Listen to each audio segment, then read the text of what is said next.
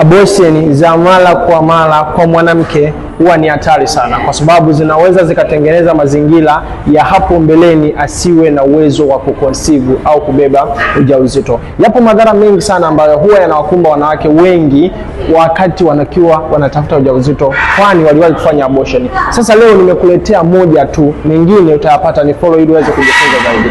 Kuna kitu kinaitwa endometrium. Endometrium hizi ni kuta za kizazi. Mwanamke anapokuwa anabeba mimba, hizi kuta ndio huwa zinafanya kazi ya implantation, yani kushikilia kile kijusi. Ikitokea wewe umelazimisha kutoa mimba, maana yake hizi kuta unazinyang'anya yule mtoto ambao zilikuwa zimeshikilia. Madhara yake sasa zinakuwa zimelegea na zinakuwa tepetepe kiasi sasa muda unaokuja au next time ukihitaji kubeba mimba zinakuwa hazina uwezo wa kushikilia, yani kusupport implantation itokee. Sasa kama unalijua hilo, epuka kufanya abortion za mara kwa mara kama una mpango baadaye wa kuja kuwa na watoto. Yapo madhara mengi sana. Follow hii account ili uweze kuyapata yote kwa mwanamke ambaye anapenda kufanya abortion za mara kwa mara.